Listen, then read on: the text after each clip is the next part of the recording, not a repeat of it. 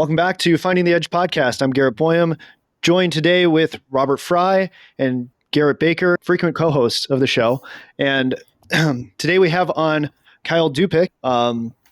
He's currently the pitching coach at Wartburg, and he's been diving into ecological dynamics. And I wanted to bring him on today to talk about how he is utilizing ecological dynamics with his players. So, Kyle, welcome to the podcast. And can you just kind of give us a little background on yourself? Let's begin.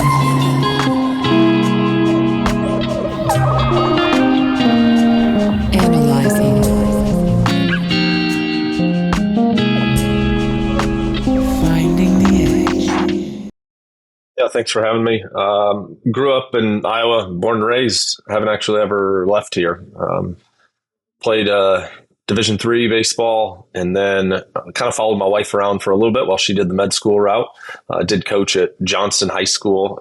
It's the highest level here in Iowa, and then transferred to Storm Lake, where I served as an assistant varsity coach at the smallest level in Iowa for the past 5 years, and then just accepted the position at Wartburg to help do some of their pitching stuff. Awesome. So how did you get into ecological dynamics? So just for a little bit of background, I was kind of introduced to you by Tyler Yearby when I was visiting the Sport Movement Skill Conference, and you were pointed out to me, and then I started looking into you a little bit, and I got super excited that there's another pitching guy delving into ecological dynamics and is not yet in the pro ranks, who's a little bit harder to talk with. So I wanted to have you on to kind of tell us more about ecological dynamics and how you got into it and how you're currently using it. Yeah, I remember, 4 or 5 years ago, I don't know if it's been that long, but I remember Randy Sullivan using the word constraints. And that was back when he and Ron Wolforth were still working together. They still had the same name, except one was the Texas Baseball Ranch and the other was the Florida Baseball Ranch. And I remember Ron always alluding how they were using the word constraint differently than Randy was. And so I started to become vaguely aware and started to toy around with the idea of constraints with no real understanding of why, but finding that sometimes it worked. And so I think from there, as with every coach, you're constantly looking into what's the new thing that you're going to study and what is most useful for your time.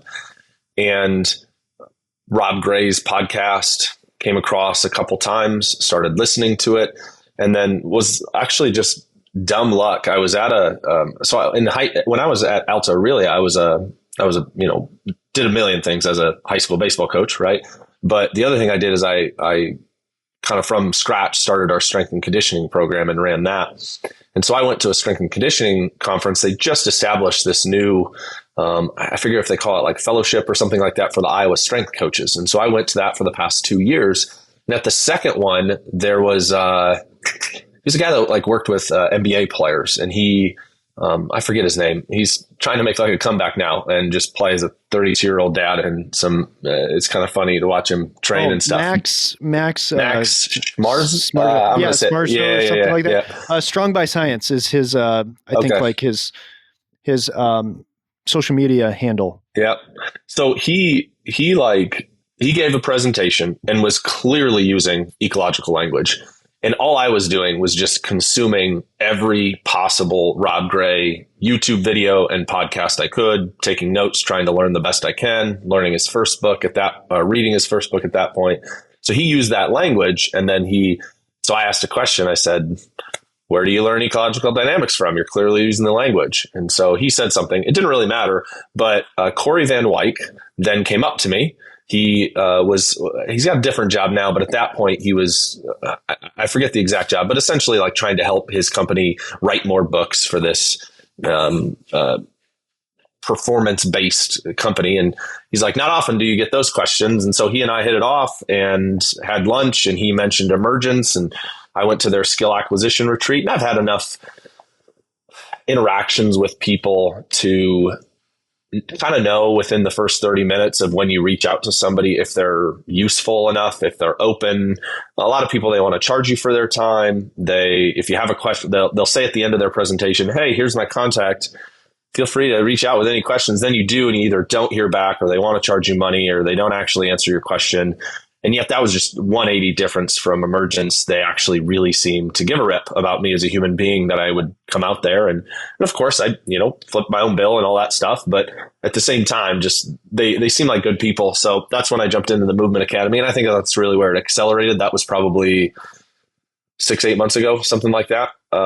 That's where it really accelerated, because it went a little bit from, the Randy Sullivan, Franz Bosch, like throwing some water bags, which was great at the initial, to like all the stuff with Rob Gray that was just really difficult to know how to apply in a baseball sense, to actually getting to interact with some people, and now interact with guys like you and Garrett and different people that actually can help me be a little bit more thoughtful about how I can apply this. So I think I would say, like, I've been exploring it for 2 to 3 years. I've been actually trying to apply it and learn it in a better way for probably 8 months or so.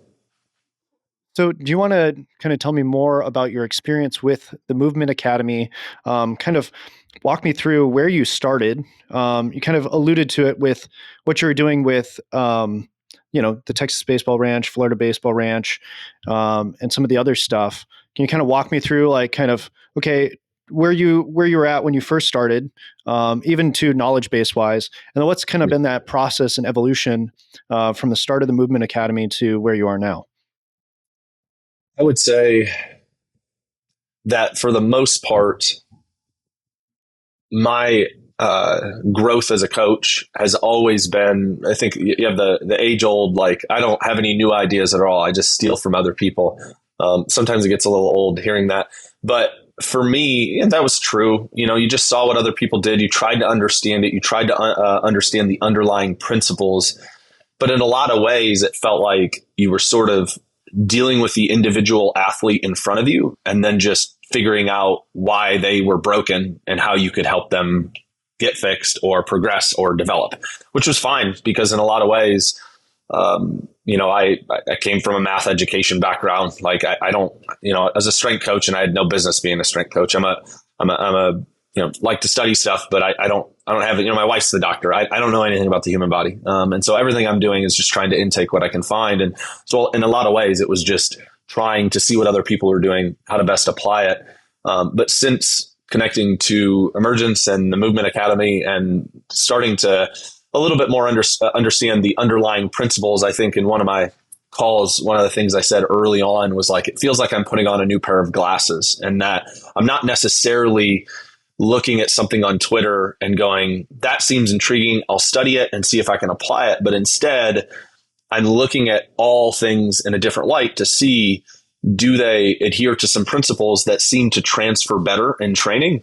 And I think for the first time in my life, like, just quite honestly starting to think for myself. And that still is texting guys like Garrett or Taryn Pruitt, who we've had on, and trying to hear from them and what they're doing, and trying to adapt it, so to speak, but also just trying new things, because I feel like I'm a little bit more in the underlying principles of a system that helps you see things differently, instead of, here's a paradigm or a program or a structure that you just go apply. And I think that's been the biggest thing for me, is just like the first time I've ever feel like I'm starting to think a little bit more independently, instead of just calling my brother. He's a NAIA coach, head coach at Concordia, and he's probably the smartest baseball pitching dude I've ever met. But it's like one of the first times that I feel like I actually maybe can add to the conversation, instead of just stealing ideas from people.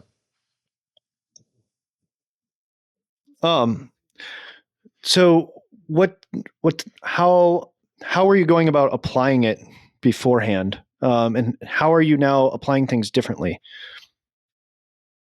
Expand a little bit. Applying what beforehand? So, like, working with let's just go with, in general, like with your athletes, how are you kind of training them? And then how are you training them potentially differently now? Or, like, what's that kind of look like? Is it similar or different? I mean, it sounds like it's different, but I'm just kind of curious, like at a maybe if you could give, like, a concrete example of maybe one thing that's kind of shifted between now and then, or then and now. Yeah, I would say much more regimented in the way that I did things, like finding, I always thought choice was important, but the co-design principle and allowing the athlete to really be, and even for me now as an NCAA coach, where there's all these restrictions, not just practically that we believe it's better that the athlete is involved in their own development, but practically I can't contact them right now.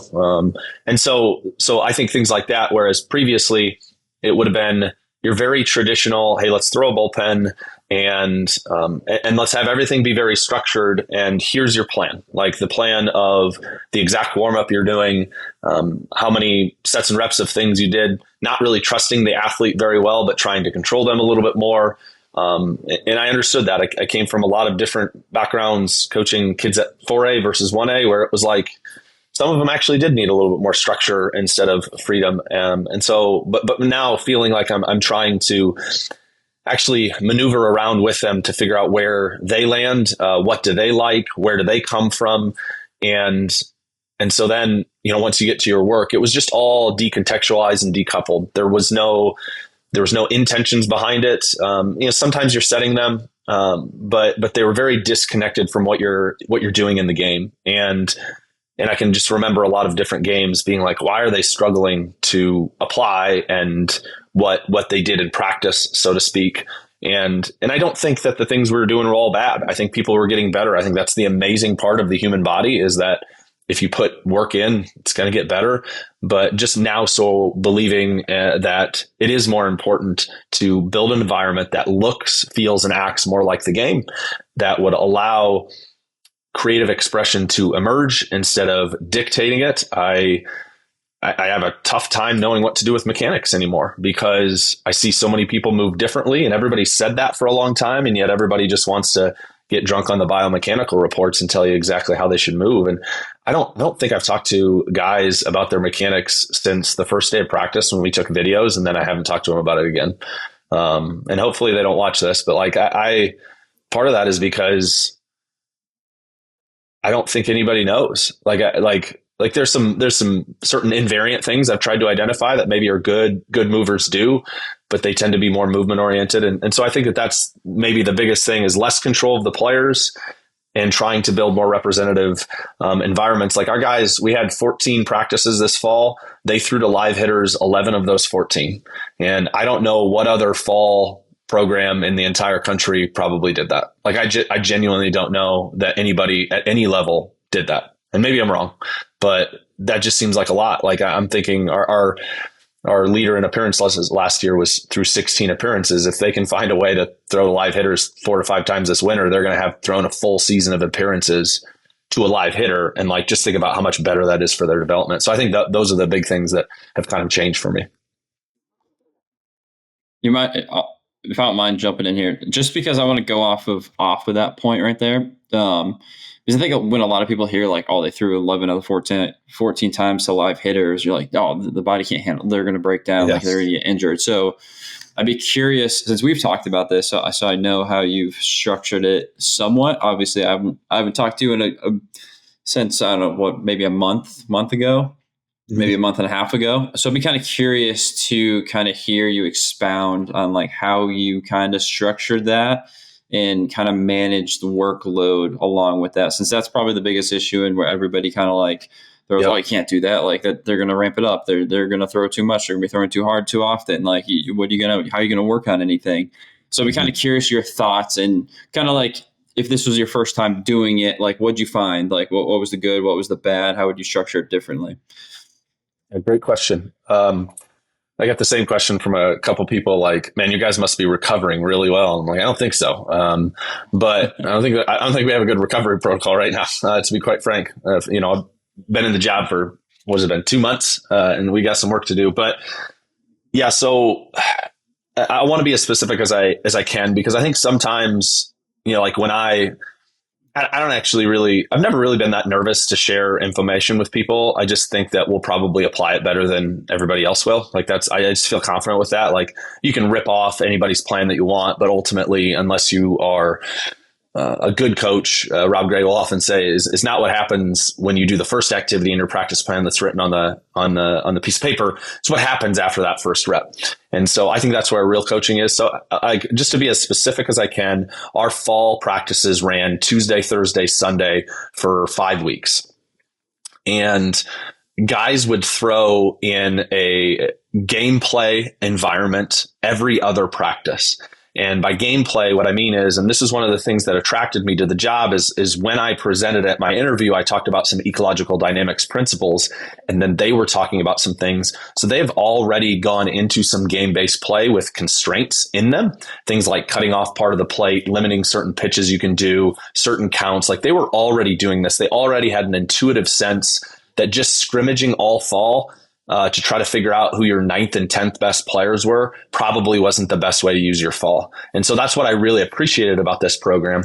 So every other practice, a guy, if he throws in a gameplay environment, he's going to throw somewhere between 10 to 20 full effort pitches on the field with a full fielders, everything totally live, except it's going to be like 1-2 count and you're finishing the batters, or you're working on an A3P that day. And so you're just going to throw the first 3 pitches unless you get the guy out or he puts the ball in play right away.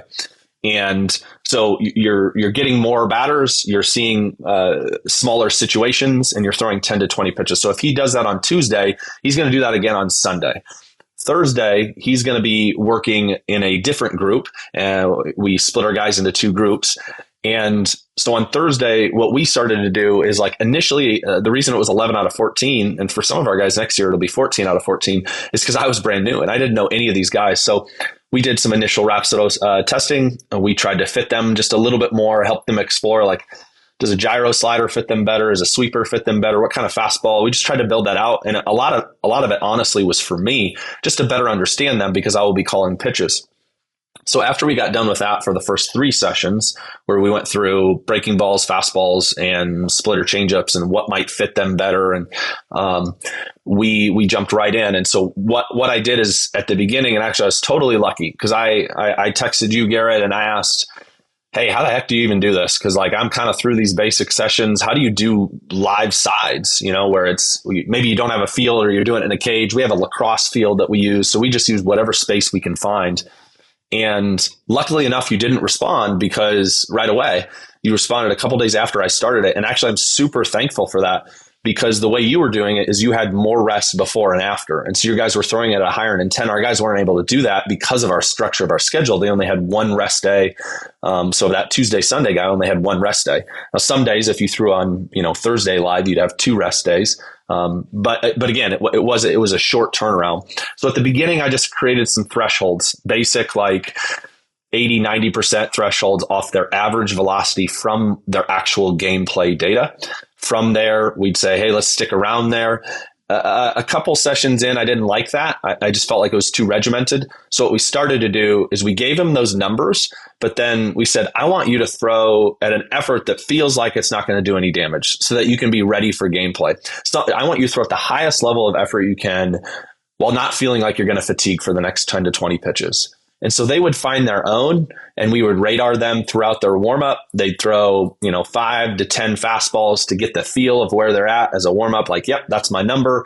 And then we would co-design in that session what they wanted to work on based off either their data from gameplay, or a certain pitch that they were struggling to execute, or a brand new pitch that they had just learned the spin of, but like we needed to throw it in a better context to actually see how a batter behaved.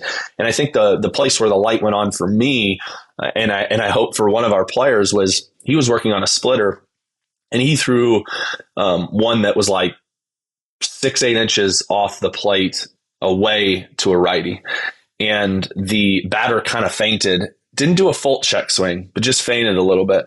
And I said, hey, did you see what he did? And he said, he kind of almost check swinged a little bit. I said, if that batter's not in there, what kind of pitch was that? He goes, it would have been a crappy pitch. I said, you see how much different this is? Like, you actually have some behavior, and you can see that's not actually as terrible of a pitch as you probably would have thought if it was in a completely decontextualized situation. So that's how we structured it for the rest of the fall, is guys would throw at whatever effort level they felt like were good. And there's no doubt, to close the loop on the question, that at times guys threw too hard, because the competitive juices would flow for a little bit. I tried to let them listen to their body. We didn't have many guys that were like, I'm really dragging from that.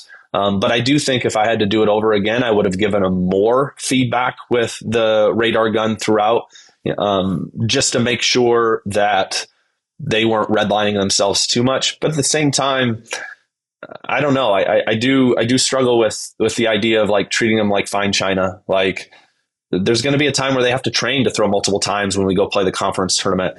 And the fall might not be for that, but also if they're feeling fine, and you've created a culture and an environment where there's a clear communication and people know that it's not a bad thing to go, I'm really dragging today. Oh, okay, let's adapt and change. Then I think it's okay to let them run a little bit if they feel all right. So that's how we structured it, to be able to throw Tuesday, Thursday, Sunday, is just more giving them a basic premise of like, hey, 90% of your average velocity is this. They would find the number that they liked, that felt good, and then they would work on getting hitters out for 10 to 20 pitches every single outing. So yeah, they're not throwing 50 plus pitches 11 times. They're throwing somewhere between 10 to 20. And so it's not a huge amount, but it really does allow us to zone in and work on something and then move on and come back to it right away.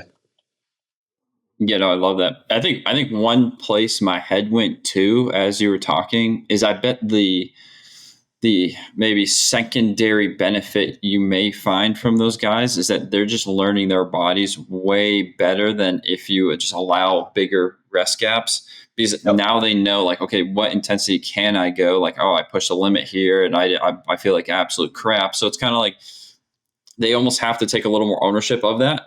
And then you cycle it back and the following weeks, or maybe they come back next fall, or you try to do some of this in the spring. And now they kind of have a better gauge of how to potentially set up themselves for a little more success. Or even if you're not doing the live side, just like how do you put a throwing program together for yourself, right?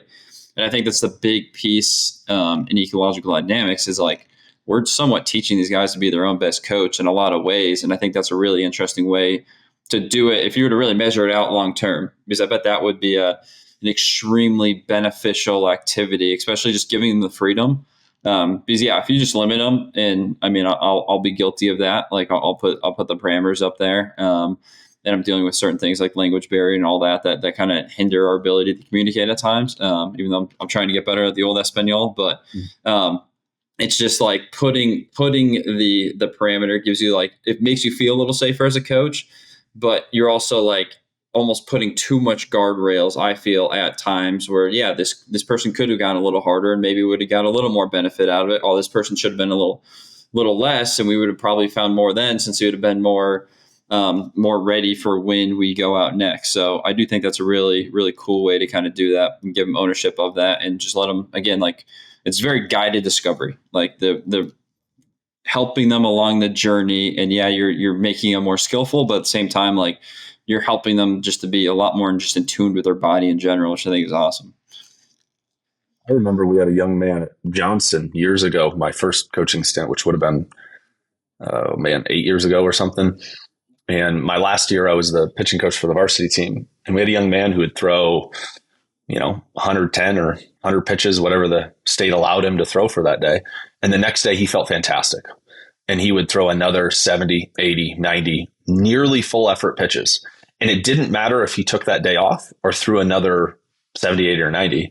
He'd feel the same on day, I think some people call day 0 your start day, right? He'd feel the same on day 2 if he did, regardless of what he did. And I kind of lucked into that. And our best pitcher that year towards UCL. And so he was our number 1. And how much better he got during the year, because he was a tireless worker and listened to his body and said, no, it feels fine. I go, okay, like you're healthy, you're recovering really well. I can't really argue with this.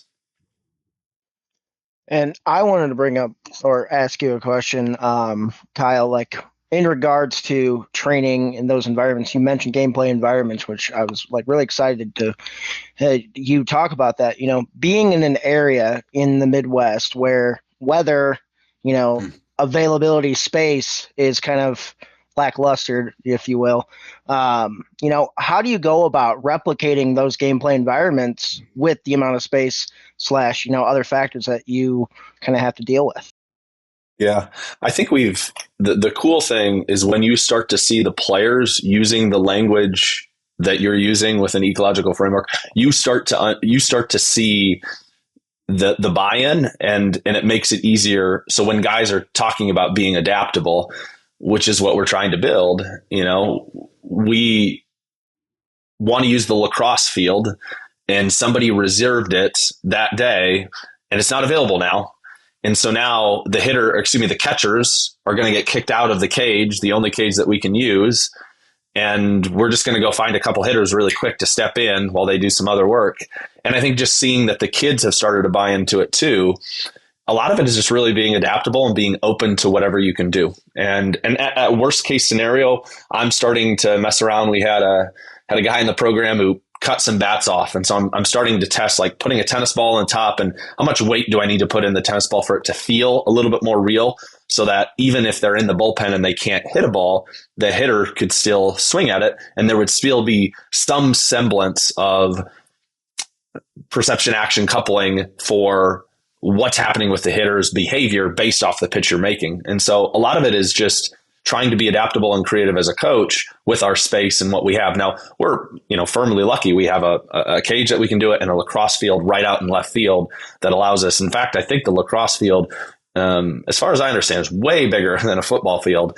And so we could, I think in theory, go 2 live in the 2 opposite corners. And unless a dude, like 2 guys at the same time, hit like 400-foot bombs to center, we're not going to run into each other. And so we were a little lucky with space there that we have the access to the lacrosse field as well. But I think to your point, you have to figure out a way to be creative. And certainly the biggest challenge, though, is when you're 60 feet 6 inches and you have to find that space. But I also, I remember, now that I'm out of it, it doesn't matter as much. So when I was in high school, as a high school coach, there was a rule that you couldn't throw to hitters. You couldn't throw to live hitters, which was just asinine to me in the off season. Because in Iowa, we play summer baseball and you have 2 weeks of practice, and it was terrible, just so bad. And those 2 weeks of practice, there's 3 or 4 other spring sports that are still in their regular season. It's not like you're the football team playing at the Dome in the state tournament and you miss the first couple of days of basketball practice. We're playing baseball games, and guys are finishing up their regular season district track meet. And it's like, so the overlap was just terrible.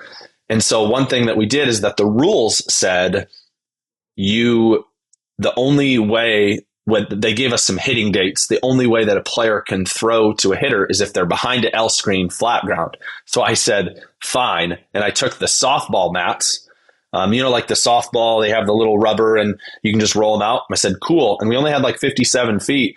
And I put an L screen, and our guys threw to each other live flat, because I just had an intuitive sense that we needed to do that a little bit for our pitchers back then.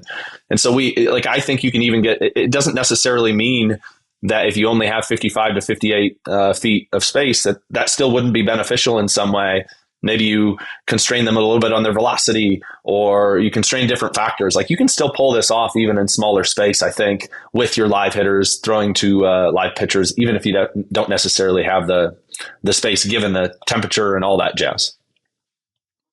I wanted to jump back a little bit. I had a question about something you brought up earlier. You said A something. You threw an acronym in there, and I was curious what that was. When you're working with talking about how you're structuring your throwing stuff with guys. I don't remember. I don't remember. Somebody help me out. Acronym how I was structuring. For your pitchers at Wartburg. At Wartburg, the Tuesday, Thursday, Sunday stuff. Yeah. You had mentioned something with that. And I was like, oh, what is that? Let me say one thing and see if it rings a bell at all. When I came in, one of the things is I didn't come in and replace a guy that got fired, right? And there's also a co-pitching coach that I work with. So it's a lot different environment for me. I was coming in to try to help improve them. They'd been middle to the bottom of the half of the league and for the past 5 or 6 years. And Wartburg has been an absolute dominant force within this league for past 25 years, except for these last 5 or 6 years. And so when I came in, it wasn't like just change whatever. It was coming in to a guy who took a job to just make some more money. And so I had some of those constraints a little bit. And so some of the language that we've retained from what they're doing, because it's good, and I've appreciated much of it. But one of them is they kind of divide their guys into pitch design and pitch execution days. And so we've worked a little bit with that. Is that along the lines of what you're talking about, or is it? Am I missing it? I'm not sure. You just threw out what it sounded like an acronym, and I was like, oh, I don't know what that is. In terms of what you guys were doing, because I think my next question is logistically, how do you work all this out with the number of guys you have? I think that for me is the biggest question, because you only have so much practice time. So if you have a pitching staff of, I don't know, 15 to 20 guys, like that's a lot of guys to get through. So, or even more, because I know some D3 programs, right? You got your JV squad too, and because even us this year, like our roster is a lot bigger, and so now it takes more time to get through all the guys. So logistically, you kind of alluded to it. You sometimes have access to a big field that you can actually split in half, and you can kind of run some things simultaneously. How do you guys kind of structure it to get through your guys? I don't know how big is your staff. 30 right now, which is way bigger than what we want. But part of that is just because of COVID. We have a 6th year, a handful of 5th years, and a really big senior class of 4th years. And one of the things that does happen at Division III and even NAIA is what's called admissions recruiting, where you're just recruiting the guy because they'll help bump your numbers up and get the university more money, essentially. Luckily, I'm really grateful. Again, part of the reason why I'm appreciative of being at Wartburg, the athletic director doesn't want that. He doesn't want us to do that. He wants us to recruit people that are going to play. And so, our goal over the next few years as COVID waves get out is to get down back to, the 40 to 45 total roster, and maybe in that 18 to 22 pitchers. But with 30, it's been challenging. So I'll have 15 guys that I have to get through.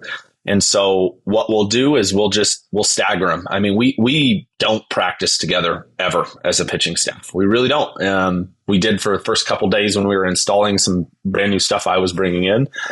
But outside of that, we look at their class schedules and we figure out when we can get them to the field early.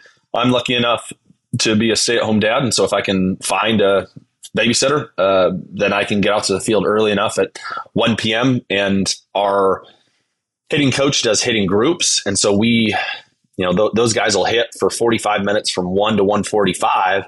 And so I'll have our guys ready at 1:45 for their 15-minute live bullpen for 2 guys. And we'll just bring 2 guys in at a time. We can usually knock out 4 to 6 to 8 guys before we ever kind of do official practice. And then once we have an official practice, it's really not that hard, because again, the beautiful part about this for us, and I think this, will probably be different challenges for different people, is that my head coach is like fully on board. Like, he's like, yeah, of course I'd want our guys to hit more live. Like, why wouldn't I want to do that? Like, you just tell me when you need guys and I'll throw you to them. In fact, we have a ton of guys, not just this year, but just in general, that it might be good to get 2 or 3 guys out of this activity so they can go hit live, get a few more cuts, because they're not getting them in gameplay.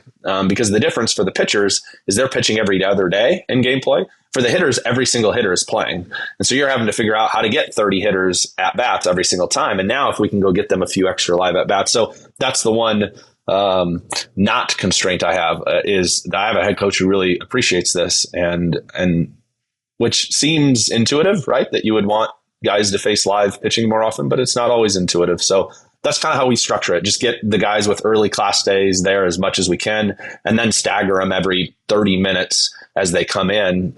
And that gives us plenty of time. Usually a 10 to 15 pitch, live side, we can get 2 guys through in 15 minutes, unless they're really working on something. They take a few extra pitches. So it actually goes a little bit quicker when you're doing those small sets.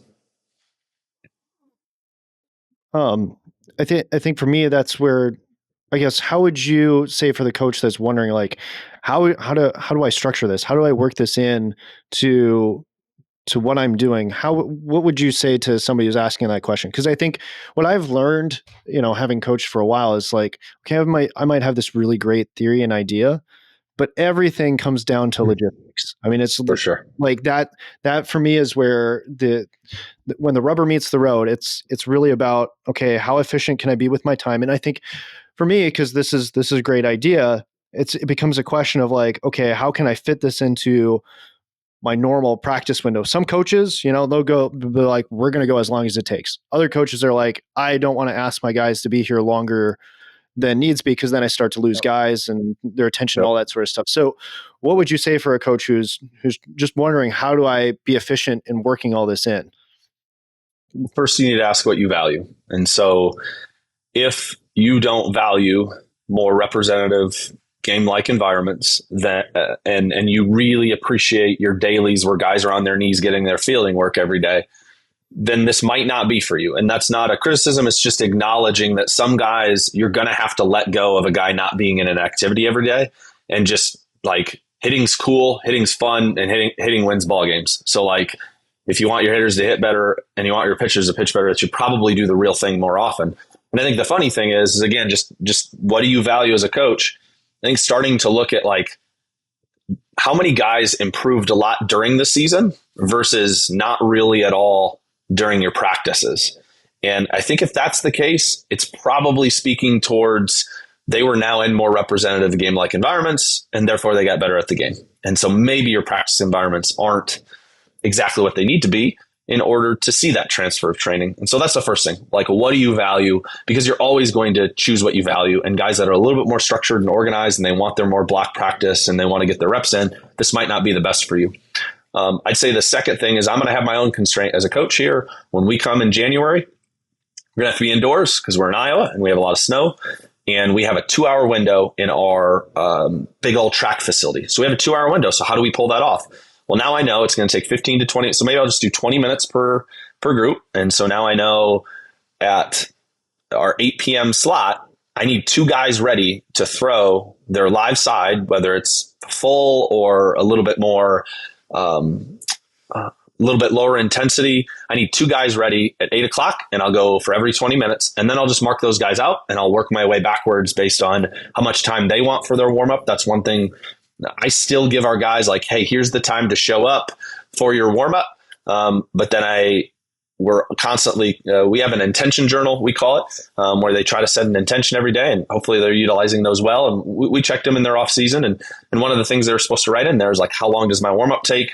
What do I like to do? What do I like to add, subtract? We have basic, just stealing the language from Garrett, we have basic guardrails that are like, this is what I want you to do, that I think is just a good basic diet meal. And so that's where I just start with that and work your way back. So we'll go every 20 minutes. That will allow us to get 6 groups in 2 hours. That's 12 guys. I have 30 guys on the staff.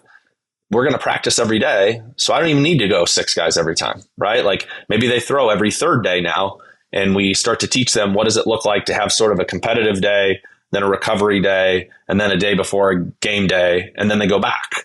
And maybe that's how we rotate this thing, because we're going to practice 6 times a week. And so now I can get 10 guys in every single time. So I think to me, I've always been just, I just sit down in an Excel sheet and I just start planning out the time. So if a coach is really trying to figure out, number one, what do you value most? And number two, what are your time constraints and your environment constraints in terms of facility usage, that then you just try to see, because at the end of the day, if you only have 2 hours and you can only get 1 guy in every 30 minutes, well, that's better than none. And so then once you know those things, you can just kind of plug the times in and figure out what works best for you. And I think the other piece is as we get farther into the January, February practice, I can let a guy take 2 or 3 sets because I know he's going to be a starter, and then sort of steal a set from a reliever who just throws 8 to 10 to 12 pitches, and then he does the same thing the next day, and we can train that guy for back-to-back days. So there's all sorts of things. This doesn't have to be very regimented. You can also start to bake in, like, who is this guy and what are we training him for? His role is going to be during the season.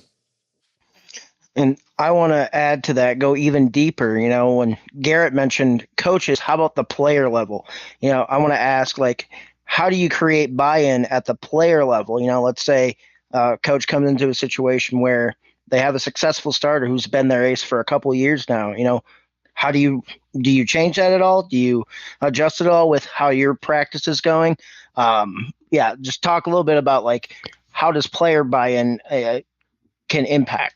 And to jump in off of that, like he was talking about, okay, you have the senior who is kind of set in his ways, but you also have the freshman, and freshmen also seem to also be kind of set in their ways. So it's kind of very interesting. You know, the kind of the bookend of both of those. So I'm just curious how you approach the senior guy and the incoming freshman.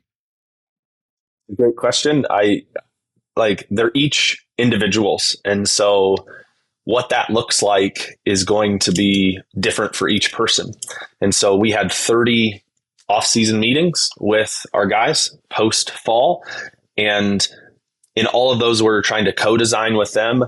But in a lot of them, like, I think we only had maybe 1 or 2 guys out of the 30 who didn't like the new stuff that we were doing.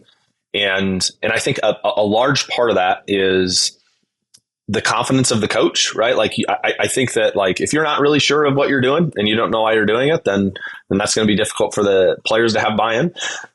I think the huge part of the co-design aspect, you know, like early on when I was here for my first couple of weeks, you know, either talking or getting texts from players, some of them would say stuff like, yeah, just tell me whatever you need me to do. And I would shoot them a research paper and just have them read the abstract about like adaptive co-design and why that's important. And I go, hey, what do you think about this? Like, why would I send you this in light of that message that you just sent me?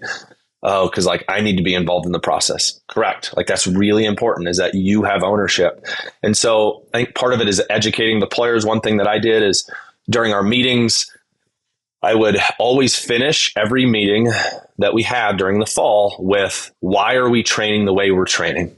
And so whether that's like a new research paper that doesn't even connect, you know, but it's showing you the ecological principles and how we're applying them and how they apply to different areas, or whether we're just diving more deeply into why this is better for us as baseball guys. Like, so I think it's all sorts of those pieces. It's meeting the individual where they're at. It's continuing to create a bigger why. Why are we doing this? It's not being afraid of educating the players and using the language. I've heard a lot of different opinions about the whole language thing within ecological dynamics and should we or shouldn't we use them. And I've just never been compelled yet. I've tried to keep an open mind the best I can. I've never been compelled with that you should like guard your players and not use the language. And I haven't heard a good compelling argument. Now, there are certain guys that I don't speak as frankly and use as much of the language because it just doesn't fit with them. But that's more about me adapting to the athlete in front of me as well. So how do I treat the freshman who's come in, who's a dude?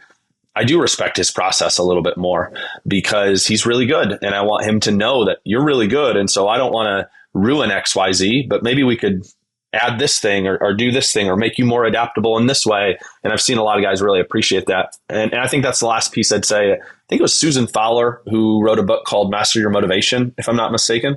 And one of the things she acknowledged in there is that the players need to have ownership in the process. If they're going to have motivation, they need to have ownership in the process. And I think so many coaches, you know, the number of times I've heard coaches say things like, well, our guys just don't have buy-in. They don't have energy. They don't have focus on what we're doing. And so the answer to that is we're going to restrict them more and tell them more what to do and give them the exact sets and reps of everything to do. You know, isn't that the opposite? Like you want them to have more ownership and you're taking ownership away. And so there are times when guys do stuff that I don't like, but also I'm doing stuff now because I don't like what I did 2 years ago. So like there's a really good chance that for that guy, it might be a better fit for them. And so I just have to be more open to that. And that's actually really hard for me. I'm a control freak. I'm a plan everything down to the minute kind of guy. I love my Excel spreadsheets and my equations, but I just have to acknowledge that it's more about meeting the player where they're at, creating some ownership. And I think that's the biggest piece is maybe in my long rant here is just simply to say, you have to allow the player to be involved in the process in guided exploration, asking questions. And I have found that so many more players for the first time in their lives are like, this is kind of cool that I have a say in this process. Even with things like pitch calling, we have these, I don't know what they're called. They're like things that they wear on the side and it beeps to them. I really don't like them, but we've invested a lot of money. So I got to figure out how to make them work. I don't really like them because what I see during gameplay is guys go like this the whole time. and like there's stuff going on around them. There's base runners, there's a batter, there's situations, and they're completely disconnected because they're going, he's going to give me the answer. And I've had to try to coach guys to go, I need you to connect to the environment. And I think they're starting to go, oh, that's totally different than previous. You're not just giving us the answer. No, if you don't want to throw that pitch, don't throw it. I don't care. Just like be confident in what you're doing, understand the situation, and connect to your environment and figure out what you're supposed to do. And I think that that's the biggest place, regardless of who it is, freshman, senior, guy who's really stuck in his ways. We had one meeting this offseason with a guy who we just pushed him really hard. We said, hey, you're a senior and we want you to go out on your terms, not ours. And so if you are going to answer any question here with what you think we want to hear for you to pitch, please don't do that. Because the last thing that we want to do is forfeit the relationship with you long term. We don't want you to do the off-season plan that we want you to do, and then it doesn't go the way you think, and then you have a terrible relationship with us for the rest of your career. We would rather have you chase after what you think is most important so that we can have a great relationship, because I think that that's honestly what's most important, is the relationship with the player, not necessarily, am I right or am I not? I just want to tie, I think this, like, pretty much everything you've talked to is threading together extremely nicely. And the theme that keeps popping out at me is like, you talk about early, like you're thinking independently now, and you can just see how that's weaved through all this, which I think is really cool, because I connected, once you said that, I really connected with that, because it's, especially when you think of like player motivation and buy-in, and a lot of times when you're diving into the ecological space, it's like, it's nothing that these players have necessarily interacted with, and it's not what they're seeing either, which is always the thing I think we're battling a little bit when you're trying to set up these different training environments. Is what are they seeing on social media? Like, what is the baseball community, or I should say baseball training community, glorifying right now? And that was a little bit in anybody who saw my SMSC presentation. Like, I intentionally tried to take a jab at that with my presentation title, with all the subtitles, like talking about like pitching is not a target sport, but it's not a speed contest. And I've even added layers to that, but it's not a speed contest, it's not a pitch movement contest, right? Like those things, yeah, they're like, if my guy's throwing harder, like, and he keeps throwing harder, like that's 100%. I'm going to stop that, and we're going to train for that, no doubt. Like, why would I not? But it doesn't stop a run in itself, and just how nasty the pitches are doesn't collect it out. And it's like trying to keep that in view. And I think you're doing a really, really good job in an interesting way of how you're kind of funneling it back to that. And especially like when you're talking about having the players actually take some ownership of that, I think that's the one and only way to really get this into a system, because you are fighting against so much other stuff that is out there, and what players think is like the big and sexy and what they need to go do, which, and fair enough. Like, if I look back to when I was playing and Driveline had just started coming out with like their videos, and again, like it was still pretty early, but like all the other, like you think about, when I think back, like Top Velocity, Driveline, like all these, and it was velo, it's output, like how hard can you end up throwing, right? And that was the biggest thing. And again, like right now, that's still important, like no doubt. Like if I can throw harder, the landscape of affordances open up. It does. It opens a lot bigger than if I'm throwing slower. So not to say it's not important, but like it doesn't get you out in of itself, and there's no skill. Again, people would argue this, like, oh, throwing hard is a skill. Is it a skill? Because maybe it's a skill if you want to say like that's the contest, but the contest is getting outs and preventing runs, right? So I think that was really cool. And I just kind of want to shout that out, because I see that theme coming from you, is like the thinking independently. And I feel like almost all the time, like I'm in a position I never thought I'd be in. And it's almost like I'm trying to carve a path in an org in a different way, trying to like provide different information than the rest of the org may kind of be, or the direction that just because of the broader baseball community is going, but trying to add value and kind of like sprinkling pieces in of how I could potentially help that out. So I think that's really cool. Don't be too good at your job, because I'm an Atlanta Braves fan. Okay. I'll try not to for you. I'm just kidding. The goal is for Braves never to be good again, right? Relative Robert, to. Yeah. Robert, I think did you have something? Looked like you wanted to say something. I was going to say, like, there's something, this is kind of for everybody, like something that's been really picking up steam in the analytics community has been those, post game reports. You see them a lot on, those the social media and all that different stuff of like post game reports. So my question kind of like to everybody, what are some pros to it? What are some cons to it? Thinking through an ecological lens.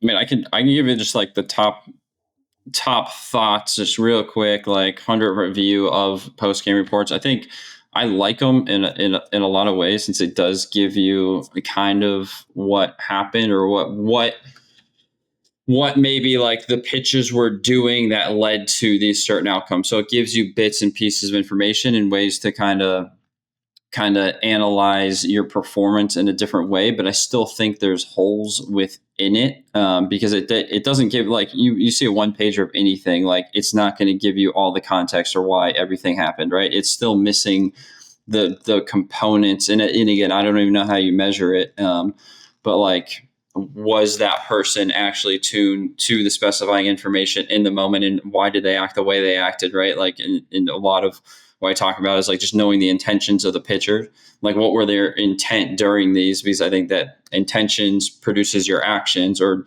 produces what you're going to pick up, and therefore what you're going to try to act upon, and all that is shaped and intertwined, right? So I think it's value in it, but there's still missing pieces, and I'm not sure how you get that on a one-page post-game report per se. But there's 100% a lot of value in it. It's just, I think when you look at players looking at those, or just the broader baseball community looking at those, like I see some potential dangers if they're not presented in the correct way, if I may say that. And to kind of go off of it, I think there's some positives that I see. You can see certain patterns, like, okay, you want to know, like, okay, what's their fastball doing? You can start to see a pattern of what's going on with all the different fastballs. What's the pattern for the breaking ball? All these different sort of things. You can see usages, what's the percentages, but then it does that. It's giving you a very general overview of what happened, like Baker was saying, but it lacks the specificity of like, well, okay, so this is too, the other hard part of it is like, okay, at what point does certain things matter? So for what I'm kind of driving at here is like, okay, what are the key moments of the game?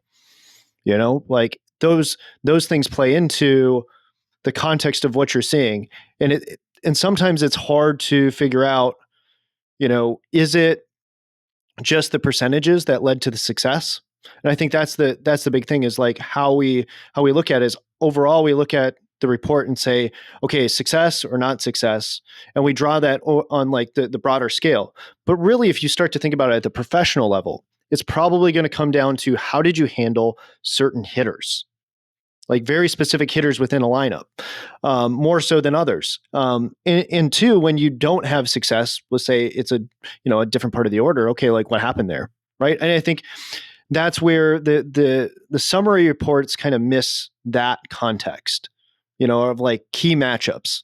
And so, I mean, there's not one type of printout or analysis that's going to be the king of all printouts and analyses. So I think we just have to understand the limitation of what we're looking at. Because I wanted to bring up a tweet that I just saw recently that is, X thing doesn't guarantee anything. And I think that's my thought process when it comes to like these analyses. It's like, okay, just because you have an analysis doesn't guarantee anything. Like, and so that's at least my thought on that. Robert, do you have anything else on that? Or actually, Kyle, do you have anything that you wanted to add on this? I would just throw in, to add on to what you're saying, I built my own Excel sheet for all my high school data, and we're continuing to use it. And I would send a post-game report just in a text message to our guys after, and ask them if they pitched that day, hey, what's one thing you see from this that was like good, that you did well today? And what's one thing that like wasn't very good? And invariantly, like it was always just, the thing that I liked about it is that it could sometimes dumb down the emotions of the outing. This is why I was good today. Or better yet, and more often, oh my gosh, Like I was behind guys all day today. Like no wonder I sucked. And that can sometimes push back the emotional roller coaster. So that's one thing that I do like about the more objective data. But as Garrett was talking there, I'm thinking back to the best use of that data for me in high school was I did it on the bus ride home. We had a longer bus ride. I sent it to the player. Actually, I just walked back in the bus. I sat down with the player. We talked through the data. And then we went to what you said, Garrett. We went in a play-by-play. Hey, we had the 8-9 hitter and there were 2 outs. And like you walked one and then you got ahead 0-2 and you nibbled. And we actually got to see the important parts of the game and we worked play by play. But then to add what Garrett said, I think the next level for me then is to start to try to be aware of intentions. What were you thinking in that moment? And starting to dissect that a little bit, because those were the best conversations when we looked at the data, saw some overarching principles, went through a more play-by-play. What were the key moments in the game? But then how can I, more from an ecological standpoint, start to go, what were you thinking in that moment? How were you feeling? And the best conversations I had was when things went really south for our best pitchers. It was like, I got really nervous there. Oh, okay. So now from an ecological lens, how can we mimic that or help that or address that from some sort of education of attention or intention? And so I think that's where I would like the data report to be able to bleed itself into objective data that bleeds out down into more of the subjective.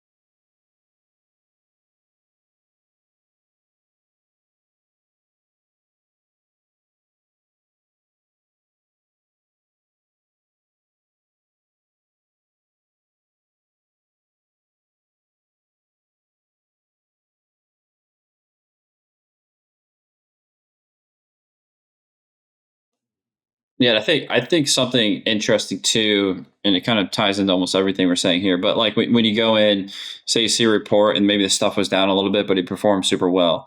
Again, it gives you maybe a guiding intention when you go back and review that outing. It's like, oh, what were you doing? Even though your stuff was a little down, maybe they're a little fatigued going into the outing and they found a different way to go and get out. So like stuff was really good in this like post game report, like the stuff grades were off the chart. Like you're looking at, oh, this is the best stuff he's had all season, but he had a terrible outing. And it's like, okay, so what went wrong? Like why did this not perform like we were expecting it to? And it just gives you a place, I don't know, I would say a starting point to kind of look and analyze.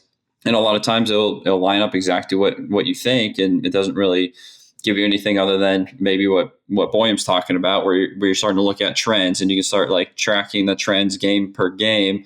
And if nothing else, like if you can tie it in with what the pitcher maybe was thinking, feeling, what if you can start getting those bits of information and tie it into it, it'll give you just like a little bit clearer picture, especially when you're looking to kind of analyze it. But I think, yeah, there's a ton of value to be gained from them. But it's like, how do you use them, and what are you using them for? Or is it just like a fun little thing you're putting out there, and it's just an interesting thing to look at, right? So I think it always comes down to like, what's the intentions of the report, and then how are you going to go back and actually use that information to potentially analyze what actually happened. If it ends at the report, we're going to be missing a ton of stuff. If that kind of guides us into a further analysis, I think it's ridiculously valuable, especially when you look at trends. And to kind of go off of that last piece, when it comes to data and showing data to a player, it's just like any other type of skill. You got to know what information to be looking for, like what's specifying and what's non-specifying. And I think that's the thing that we have to kind of remember, is that there needs to be some sort of education that kind of comes along with it at times. And so that looking at data is even a skill in and of itself to be able to understand it and to figure out how to utilize it. There's in a way there should kind of be a lens that's guiding and influencing how you're looking at the data or what types of questions you're asking. Because I think that, to me, that's the best part of a data analysis is the questions that you can ask with the data and seek to try to better understand the situation that the data is presenting or representing. But to kind of transition,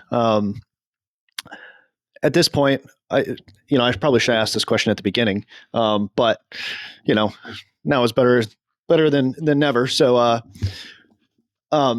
want to kind of, since we've been talking a lot about ecological dynamics, I don't know if everybody listening fully knows what we're talking about. Like we throw out a lot of different ideas, and I think that's probably the hardest thing about these ideas and these concepts is people have. I'm going to kind of ask two different questions here, but people tend to have like a preconceived notion of what it is. So for example, I'll ask this question later, but somebody had posted on Twitter, creating game-like training environments guarantees nothing. So it's kind of a shot at EcoD, even though okay, game-like training, is kind of EcoD, like it's EcoD, but that's not really what ecological dynamics is all about. Ecological dynamics is more than just game-like training. And, same thing. They had also posted self-organization guarantees nothing. Like I see there's, going even back to constraints, I see a lot of people misunderstanding the idea of constraints and, same thing with self-organization. So, to Kyle and to Baker, what are, and Robert, you're feel free if you want to, jump in on this too. But what is your guys' definition of what is ecological dynamics? Could you, if you were you're meeting somebody for the first time and they were to ask you, what is ecological dynamics? What would your answer be?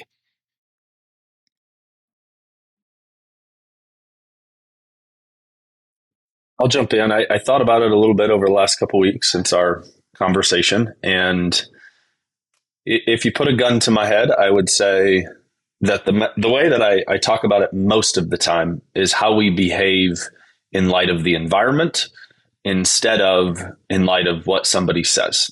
So using the age-old example of having a door handle that says push but has a door handle. And I think everybody kind of starts to understand those things. Now, it's more than that, but I think given the coaching culture, which is I am the master who sits atop the mountain, and you come climb your way to me and I disseminate all the right information, and then magically you're a better player. I found that connects and resonates most with people. But if I were to try to be more specific with it, to me, it comes down to a little bit of the idea, and you guys can help if this is a poor application of it. But the idea, at least it seems like an undergirding idea of task simplification, is that you're trying to meet the person where they're at. If they're not able to accomplish said task, we don't want to decouple it. We just want to simplify the task, but keep the environment still rich with what they're going to behave off of. And so in the same way, I feel like I need to meet that person where they're at. So when I watch my daughter's basketball practice, and we're moving now, so she's practicing in two different locations at her going to be old town here in 2 months and her new town. When she's in her new town and they're sprinting up to a line and off of a whistle coming to a jump stop and being instructed at which way to turn to learn how to pivot. No ball, no defender, no real way for her to know why to do it. And then I watch 28 girls struggle to figure that out. I'm asking myself on the sidelines, if I were to ever be given the platform to talk about that, how would I do it in a way that doesn't come along as I'm a complete jackwagon who knows way more than you? Because the people who are coaching this are connected to the high school program. And then secondarily, how do I actually meet them where they're at? How do I not make this so overwhelming that they can't take a bite of it, become interested in it, get a taste of it, and want to know more instead of being overwhelmed by it? So that's, for me, the most important part when I'm talking to somebody is trying to meet them where they're at and giving them a taste, an appetizer, so that they want to come back for more, instead of doing what I think we as human beings do, which is try to impress people, which I'm certainly guilty of. I mean, I think the correct response when you watch that, Kyle, is just take your daughter out of there and say we're done. Like, can't do. No, I'm just kidding. But I mean, I feel like you got to be fighting the urges. I can't imagine once my son's in sports. But again, like, I mean, 100% grace to any youth coaches. Like, I mean, yeah, I struggled through just any of these concepts through how many, just like Kyle, you were talking about. It was like years of listening to Rob Gray and the talent equation with Stuart Armstrong. And it's just like I'm driving in a car in a recruiting event and just like listening to it on repeat. And like, I still have no clue what you're talking about. And it's like, this is the second year of me trying to figure out these ideas. So, but yeah, boy, to answer the question, I guess where my head always goes when I try to answer it simply, I always try to put it in light of like, it's how behavior emerges in specific environments or any environment. Since when I try to break it down in sport context, it's looking at movement behavior, not just movement. And that's how I try to explain it. Like I'm less looking at the scale of analysis of the movement for movement's sake, like the biomechanics or the kinematics of the mover, and I'm looking at how he is behaving within the environment, and that's the scale of analysis. I'm looking at it when I'm thinking through an ecological lens. Like ecological dynamics is the information within the environment, and dynamical systems, you look at self-organizational tendencies of the system and how those interplay together. And so that's how I typically try to explain it, and kind of go into like you literally can only move based on the information that's in the environment, and you only pick up the information on the environment based on what you set your own intentions are. That's going to shape what information you're picking up, and based on what your intentions are and what information you're picking up, your subsequent emergent action happens based on your capabilities. And that's the only way you can possibly move or behave in any situation, whether it's a sport or just regular life. And that's it. Like who are you in that exact moment? What information is out in the environment? What are your intentions going into that moment? And there you go. Now you're summing up why that behavior emerged in the way it did. And I guess that's my quick, skinny way of trying to explain that. Yeah. I mean, and this is why for me, this is so difficult. I mean, I haven't, it's been so long that I've gotten to talk to other ecological people that I haven't really spent as much time thinking about how to articulate it. But I mean, as I was listening to it in my head, I'm just like, man, it just sounds so complex. I mean, and that's kind of the thing though, is like our sport and everything is complex. And so for me, like ecological dynamics, what it is talking about looking at it's all, to me, ecological dynamics is all about relationships. So what is the relationship of the performer to the environment? What is and how do we also deal with complexity and the fact that things are almost always changing, ever changing. Now, certain things might stay the same, but things are always changing within the environment, moment to moment.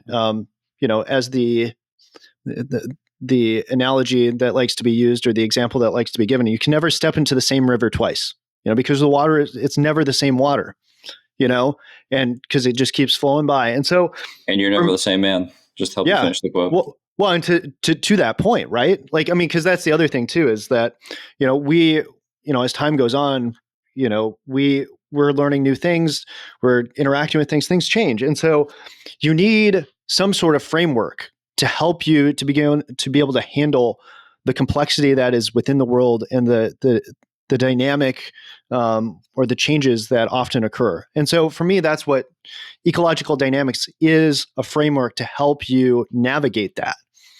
And it also, and that's why to me, in addition to that, then it's also about how do we then get things to transfer? How does behavior or skill, how does skill emerge? Or rather, to put it a different way, how is skill developed? How do people acquire skill or demonstrate skill? And so, and from there, I think, because I mean, obviously, this could be a whole really long podcast, and obviously, that's what we do here. So we might get into it, but I think to me, there are so many important key concepts that ecological dynamics puts forth that really helps organize, in a way, the stuff that's out there. So, for example, like self-organization. To me, when we're talking about self-organization, it's a question about whether or not is it coherent or incoherent. And what I mean by that is like, okay, so the system is always self-organizing, but in terms of the behavior that is displayed, does it actually connect with the, the the task that they're trying to do? And if it does, to me, that's coherent. So meaning, right, like I could self-organize a bunch of different words and it could make no sense because it's incoherent. It's all over the place and I'm throwing different random words. We can use political stuff, Trump sometimes or other political figures, will say some things that don't seem quite coherent, right? And so I think for me, when we're starting to talk about what is self-organization or what is ecological dynamics, we're trying to understand like how do we create coherence that fits whatever it is that we're trying to do. And specifically, if we're talking about sport or pitching here, right? How can I organize my movement in such a way that it's coherent to deliver a striker to get an out? Because and so anyways, that for me is like one concept that I think has been helpful for me to now think of it in a different way in terms of coherence versus incoherence, like organized versus disorganized. Is my movement organized in a way that it's functional, or is the movement actually disorganized? And, if we're talking about synergistically, like, okay, are the synergies actually, well, are they, in order for it to be a synergy, it would be working well together. If it's not synergistic, it's not working well together. So for me, that's kind of, I think, been something that more recently I've been thinking about that has been helpful to understand something like self-organization, because we're always self-organizing, always. At least, even if you are in the most highly constrained where I'm telling you how to move, I think the system is still self-organizing based upon, the fact that from moment to moment, I don't have the same resources. So therefore, the system is going to have to organize in a different way based upon the current capabilities of the system. So anyways, I don't know if that's completely clear to everybody. Jump in there. Well, Garrett, if you have something to say about self-organization, I want to hear it. But I think the thing that I would say is that one of the traps that maybe we fall into within the Eco-D lens is a little bit of what can happen right now when we try to talk about these big concepts. Why do people buy stuff? It's not because you rationally argued them into it. It's because you showed that it had value to them. When good marketing campaigns happen on Twitter, they don't tell you all the information, right? They just show you a result. They say, here's this example of this thing I did, and it produced said outcome. And I think that there's something underlying the human being and the human motivation that dictates that. And so I think because Eco-D is finally making its way more into the mainstream, instead of just research and papers, I think it's our job to start doing a better job of talking about examples and stories and making it a sort of compelling narrative to explore more, instead of trying to argue with people about the rationality of it. Because we know, going back to your political thing, people don't change their minds because of rational arguments, because we're not even today not really sure what's rational and what's not. But even if your reasoning is sound, we know that human beings, I actually remember when I was running the strength and conditioning, I knew when my time was up. I knew that I was going to resign when this happened. I sat in with some, the high level, the superintendent and athletic director, and I said, hey, I know that, a lot of people think that the reason people change their mind, because I was getting a lot of pushback with some of the strength and conditioning stuff I was doing. So I know that most people think that if you just sit down, you have a conversation, you explain your reasoning, it's rational, it's clear, it's articulate, and it makes sense scientifically, et cetera, that people will change their mind. And one of the leaders there was like, yes, for sure. That's exactly how, like, he was shaking his head and I went, oh my gosh, this is going to be terrible because I have a big but at the end of it. And I said, But we know that people are emotional creatures, not rational ones. And the reason they do things defies logic. They know that they shouldn't date that person, but they do, right? They know they shouldn't keep going to that addiction, but they do. So we are emotional creatures. And I think that we, from an Eco-D lens, because really the basis of your question is what? How do I talk to somebody about this so that they find it compelling like I do? Because I think it's a really good idea. And I think that we could speak about it more in terms of examples and stories instead of, let me try to rationalize your way into this, which I'm guilty of doing.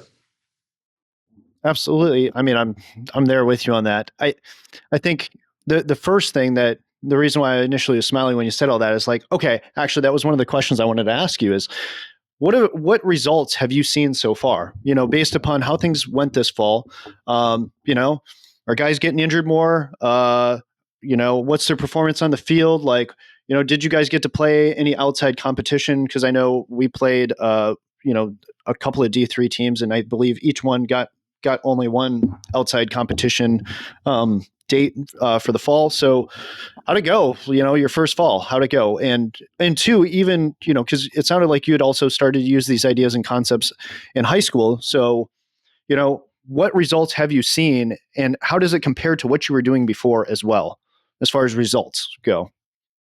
Yeah, the best I can do is, I mean, the couple examples are all singular and not more corporate. We didn't scrimmage any people. Everything was inside.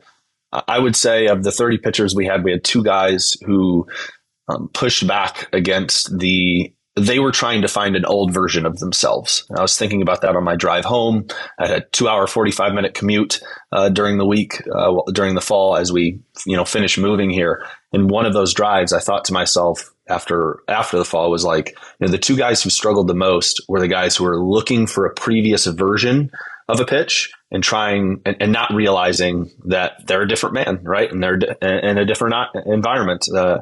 And everybody else who was open to searching, exploring, trying new pitches, putting those into context, success, failure, etc., they all had much better falls than the couple people who didn't. And it doesn't mean everybody else had a really good fall. We had a lot of guys who struggled with command, and so we got to go address that. And there were a million different reasons. So that's one thing I would say that jumped out that encouraged me is like the two people who didn't really want to explore, but just wanted to find one pitch as one solution struggled. And then the other piece I would just say is we had more guys who learned a new pitch and within 2 to 3 sessions were immediately able to start to utilize it within a session because it was more contextual and representative. Guys learning a sweeper, and then we set up an environment in the smaller environment where they weren't throwing as hard. And it's like, I keep missing an arm side. Okay. So like, let's put a hitter in there and see what happens and create a situation that you might actually throw your sweeper, and then they'd find it and then they'd actually get to use it during gameplay. So those are the only two examples I have, not hugely corporate. And, I think most of the time I've been an okay coach pitching wise because we have really good processes.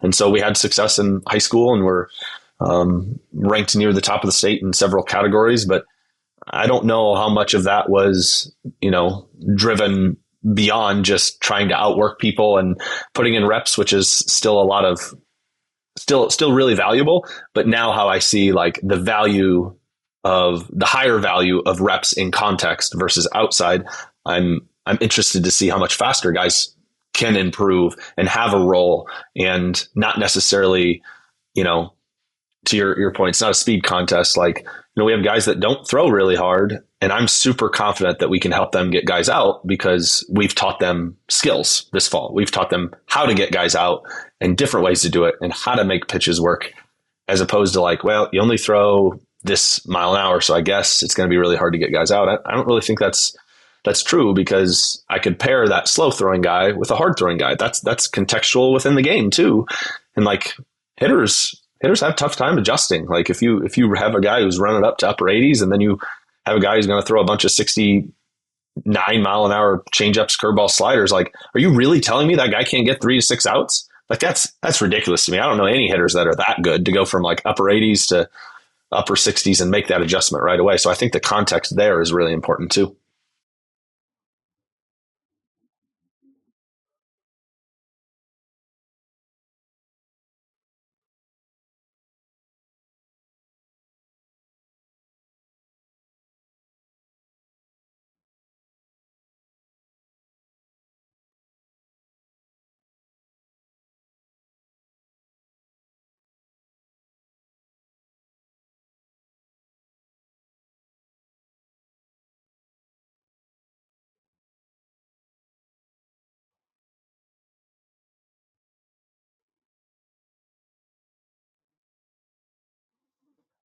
Baker, I wanted to ask you if there are any examples that you can point to or are able to share as far as um, things that you can point to that using an ecological approach, you've had success with players. What would you kind of point to as examples of successfully using or getting good results utilizing an ecological approach? Yeah, and I mean, I'll spare like the extreme specifics, but I mean, super super general example was guys who say they're a little bit hard throwers, but sprayed a little bit, went through spring training, struggled with command, got sent to rookie ball with me. Stuff wasn't an issue. Like if you look at them, if you look at a post game report and you just looked at the movement plot, you'd be like, with the stuff grades and everything, like this guy's got some real potential. But again, like why was he in rookie ball, right? There's a reason dude couldn't pitch, or guys, I should say, couldn't pitch, and like you just didn't see any form of ability to get in with a batter and get out at any kind of functional level. A lot of it's typically command related, not being able to find the zone. And we initially had some like pushback from those guys when we gave them the idea of like a live side. Hey, we're gonna velo cap you here. Like it's gonna be a little lower intensity, but like after they actually got into the environment and they lived with their cap, they went through their 15, 20 pitches. It was like, oh, I can do this. Like I can actually go and get outs at this. Like initially one athlete was essentially said like, I'm not gonna be able to control baseball. I was like, well, you can't control it at 100% anyway. So it's like, what's the difference here? Right. And it's like, he found a way to do it, got some outs. I get a couple other guys, same thing. And it's like, we did it a couple times and you'd see these results where it's like, guys are our best relievers now. And then they're finding their ways to promotions. And it was like, the dude was not even a functional pitcher before. And it wasn't anything like I did special. It's not like there was any command training we did or anything like that. We just put them in an environment, like super basic guidelines of, hey, that we want you to try to do this. Like, see, I just losing my computer. No, you're good. I still hear you. You might be frozen. Yeah, my screen's black. Here we go. Well, I can't see you, but we can hear you. But that's all that matters. This is an audio. Yeah, I'm not going to grace. I'm not going to grace it with my face right now. But where I was going with that is, I don't know where I was going with this. I just lost my computer. You're just talking about, this. You weren't telling them anything specific. Yet they were still getting better. It could be literally something as general as like, hey, show me how many outs you can get in 15 pitches, right? It's literally just trying to guide the search to like every pitch I'm throwing, I'm trying to find it out. And it's completely different than what they were doing before. It was like, I just hope this ball goes towards home plate and I'm gonna throw my best stuff the entire time. And that was kind of the solution. And again, like that solution, yeah, sure. There are guys who that's going to be a solution and it's going to work, especially at certain levels. But I would even argue for that guy, you're probably going to find something, even if they're super functional with whatever environment they want, you're probably going to want to expand those capabilities because there's going to be a time and place where that is no longer functional, whether that's that year, is 2 years down the road, 3 years, 4 years. And you think about a professional career, it could be when they're 33 years old and have to make an adjustment. I'd much rather them already have those tools in their toolbox. Velos tick down a little bit. They're feeling a little tight, back out a little tight, but you still need to stay in. And it's like those things will transfer the things you may potentially find at those lower velocities because you have to search. And yes, and this is a conversation I've actually had recently. It's the idea of like, okay, but if I'm throwing, say I throw 95 and I'm living 90 this entire time, like, well, I'm going to be able to do different things with my 95. Yeah, no doubt. Like 100% you're going to be able to do different things. But what's going to transfer is the search process, searching for how you're potentially going to go out. And now you got your 95 and you're searching in a similar way. You're going to find way easier solutions and you're still going to pick up a lot more information than you would have in the other way. So like, that's what you're looking for there. It's like, the transfer of the skill of just searching and scanning the environment, picking up information, and then being able to act because of it. Again, in the literature, we'd call that education of intention and attention, right? Like, and that's all we're trying to do. And because of that, like the skill just like takes a super leap since they're never doing it, have never been taught to do it. Especially like I think you see it like in just general American culture. Like some people play a ton and like they're really taught how to pitch if they've had some like certain coaches that nudge in that direction. But again, like the baseball community as a whole is not teaching that. It's not the way to get seen. It's not the way to get the scholarship. It's not the way to get noticed by scouts right now. So nobody's like investing a ton of time in it. And I've seen the same thing if you look at like the Latin American culture right now. And it's very much like, how do I get signed? How do I get to the States? Right. And it's not necessarily specifically these things, but these are the things that are going to make your career really long and make you probably a lot of money compared to just getting a foot in the door. It's a big difference. I have a follow-up question. There's often, like with running backs, there's this idea of like slowing down to speed up, right? Slowing down in order to pick up what affordances are there. Do you think there's anything there in terms of what we're talking about with pitching, in terms of like slowing down and not just, because I think that's maybe one pushback people might have at times is like, well, you're throwing at lower velocities. It's not as real. And I thought you did a good job, Garrett, of identifying how that still, we believe, transfers into the skill of pitching. And yet I wonder, does anybody have any thoughts on how that might connect, the idea of slowing down in order to speed up or pick up information, et cetera? Yeah, I mean, I'll steal from Sean Mishka here, and he talks a lot about ownership speed. I'm sure, Kyle, you've kind of heard of that. But again, like that's actually an example I'll use with our players a lot. Just I think it's easier almost sometimes to think about it from an NFL perspective. It's like, okay, if I'm going at like a 70 or 80% speed, what could I potentially do as far as the move compared to 100%? Like 100%, you're probably just going to do the exact thing and have practiced. Like that's the solution you have. And you're probably going to be pretty limited on being able to actually explore and try to learn. However, if you kind of live in that, what Sean calls ownership speed, it's a speed you can own and you can make different cuts. You can make different moves. You can try different things. You can perceive things a little differently because again, it's at a lower intensity. Like you're probably a little bit more overall in control of your system. And when you think of it from the NFL perspective, I think it makes a lot of sense. And then when you think about it from the pitching perspective, to me, it's like, if I'm 100% all out, guns a-blazing, like the movement solution, like the solutions I have to kind of fall into, the patterns I have to fall into are very, very limited since I'm all out. It's like everything has to sync up for me to be able to have maximum output. So like being able to slow down, you're probably going to be able to try some different things. Again, like, is it a skill to throw at a lower intensity? And people always say, yeah. So like there's a skill component of that. But when you try it, again, like you're going to probably find some stuff within it and be able to do it pretty quickly. And that's good. It makes me think of, I'm going to say, and like you kind of think about it in terms of, especially football is just such a great example because of that weekly wear and tear fatigue. So we're not just talking about like in between plays here, in case pitcher in between pitches, but as the season goes along, once you get to that, I guess, range, if you will, being able to optimize that, I think can create a lot of value too. A great point.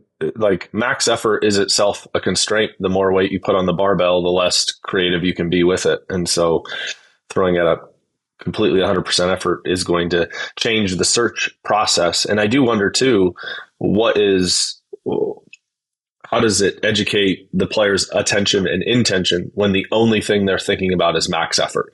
That in itself is also a constraint that is going to change the cognitive degrees of freedom, which is going to change what they're connecting to perceptually and how they're moving. Like, because the goal, the intention is to throw the heck out of the ball, not necessarily to express dexterous skill, and working at a lower level, it very clearly will free them up and help them educate their attention and intentions in different ways. And of course, we have examples of this, of guys, starters who talked about throwing at less effort first time through the order and then like going to get it when they really need it.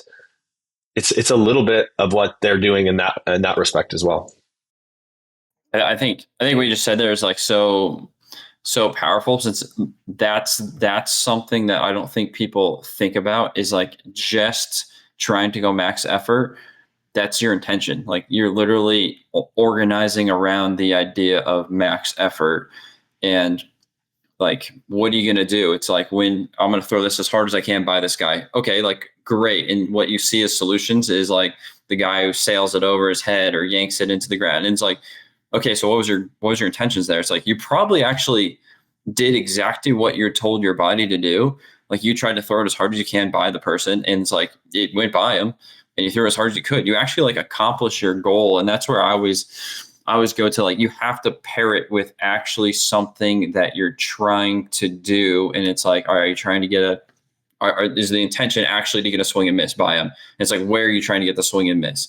And maybe it's a visualization thing that helps you kind of pair your intention with where you're trying to go. But I think even at those, you still miss information, but at least you can funnel into an actual functional potential goal there, compared to like just absolute max output, which again, like if I look back at my career, like that was me first year of indie ball. Like I was just swimming, trying to like figure this thing out. My way of like training was, I thought, better than everybody else. And I was like, I'm just going to go max effort as fast as I can. And like solutions were not functional, I'll tell you that much. But like I was picking up no information off batters. I was having no intentions to create the batter's behavior based on my behavior. It was literally just like, I'm going to get this thing and go. And it was wherever it headed, I was hoping it wasn't hit. And that's not any form of displaying dexterity. And it was very quickly noticeable I was missing something. And I wish I knew what I do now, because I would probably approach my training quite differently than I did. But I think that was a really, really cool point. It completely changes your search process. Like what you're intending to do is going to completely change what you're searching for. Let's go off of that kind of topic right there. Search. Because I've heard some coaches talk like, we shouldn't be, they get really nervous when players start searching for things. So how can we help people? Because again, our language overlaps with other people's language. And so people have certain ideas about it. And so I guess, how would you kind of talk about that to coaches who are, concerned about players searching for stuff?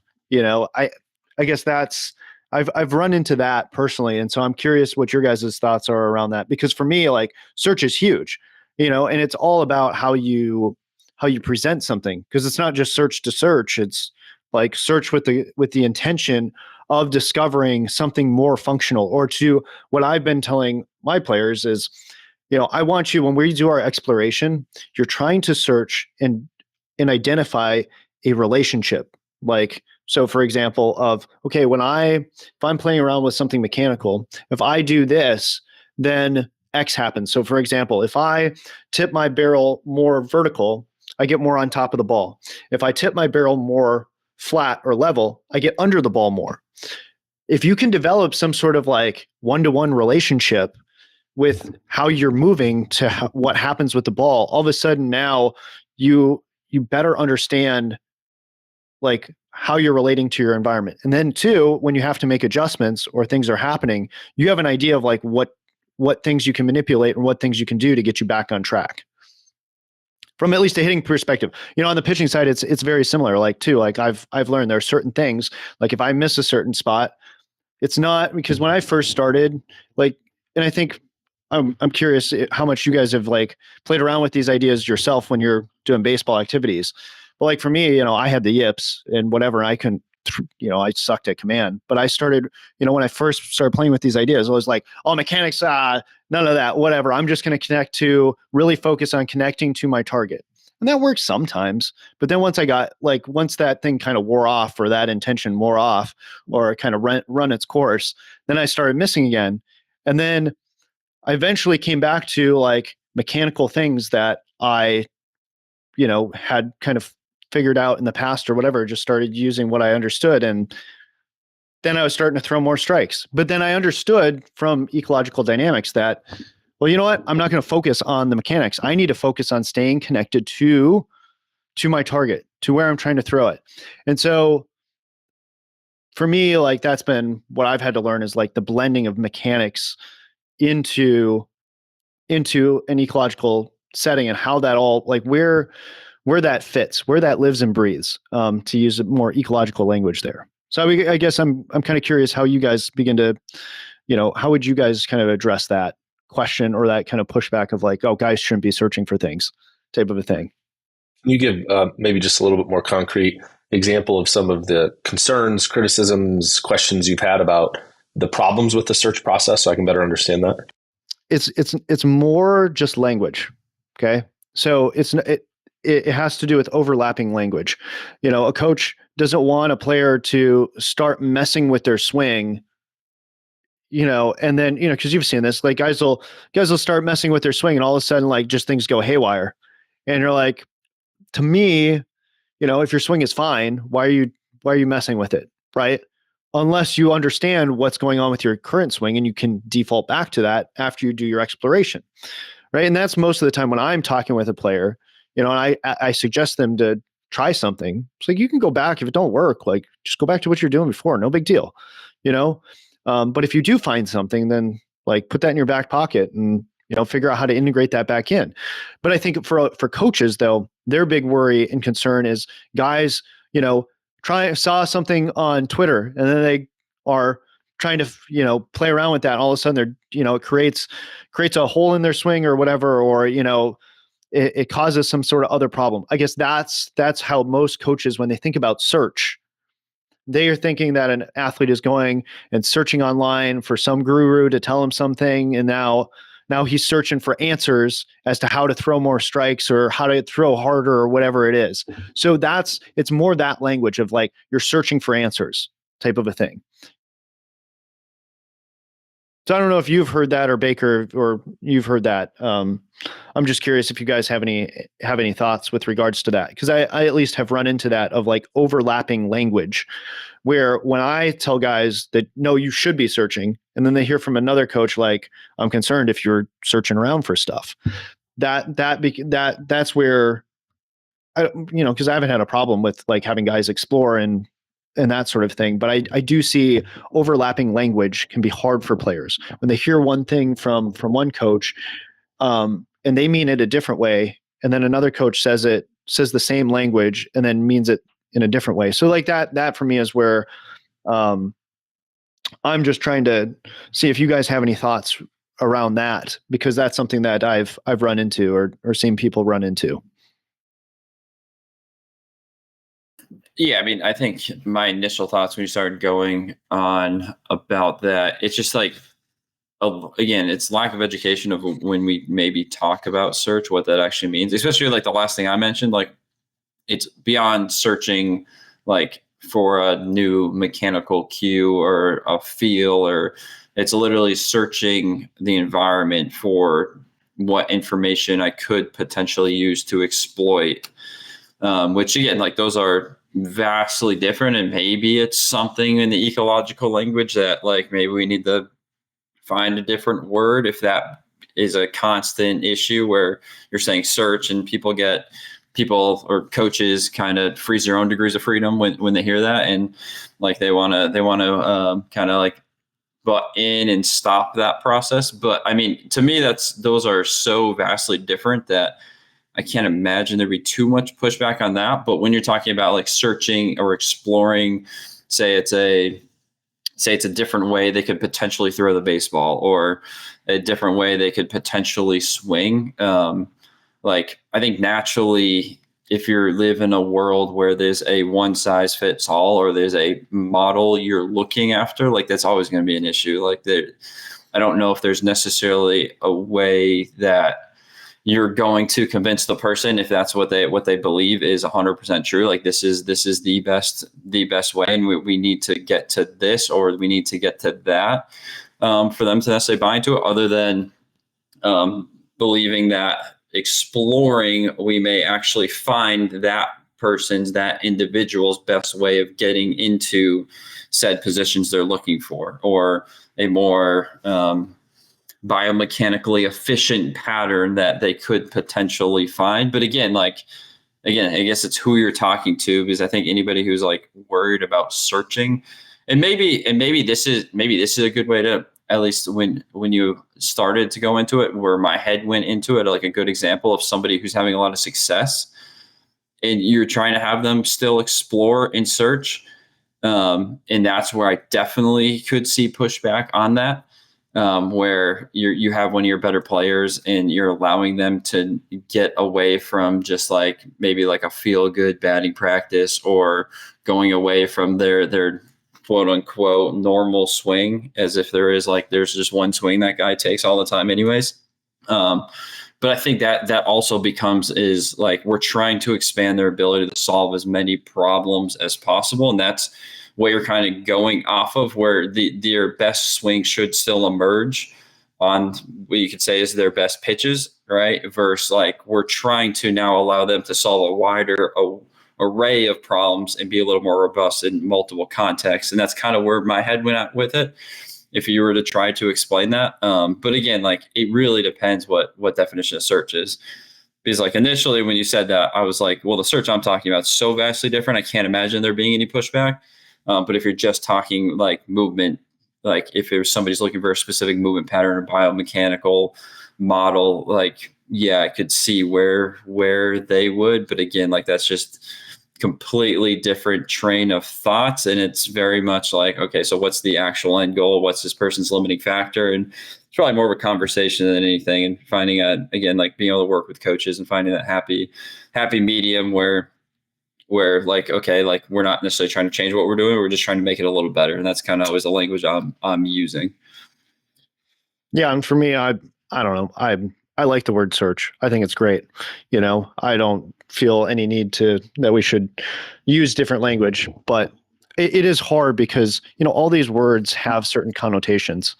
And I think that's where, obviously it was hard to do it even in this context, but I just go, man, we just need to continue to try to put out there, like, what is actually ecological dynamics? What do we mean by these terms? Put that out there for people to actually interact with, because most people are only interacting at a very superficial level with these ideas, unfortunately.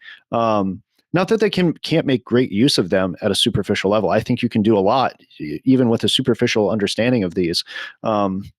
But anyways, so I want to kind of see if there's any kind of last things that you guys maybe topics that you kind of want to land the plane on as we kind of try to take this thing on the descent here. I would just add to what Garrett and you were, both Garretts, right, we're speaking about there, which is, I try to speak up front about what we're doing, setting clear intentions for the session. And so if that's what the player this fall, it was, hey, we're gonna try some things today with these pitches based on your how you move, how the ball comes out of your hand, pronation, supination bias, horizontal, vertical break, efficiency. We're gonna try some things, and guess what? It might not go well. And that's actually okay, because there's going to be a time in the game where you don't have the pitch that you rely on a lot. And we need you to be a better searcher in that moment for a solution so that you can keep pitching. Otherwise, I'm just going to pull you. And so even trying to couch why failure might be a good thing as you're going through the search process, whether that is mechanical or the entire environment, as Baker was talking about. And then if I applied it to coaches, I would just say, I think that from a basic human motivation perspective, honor those coaches where you can. I think one thing that Ecodynamics does a poor job of is it criticizes everything. And rightfully so, because it's constantly looking at it through a lens of, can we make this better? And I think that's what's great about it. And yet, at times, it can feel like it's never good enough. And so I think if you can honor that coach where you're at, it's going to build some rapport there. And we just know that that's important in order to connect with that coach and to help them if they're struggling with whatever it is that you're wanting the athlete to do versus them. And then the second rule of thumb that I apply poorly is if I feel like there's something tense coming on, my rule of thumb is to ask 3 questions.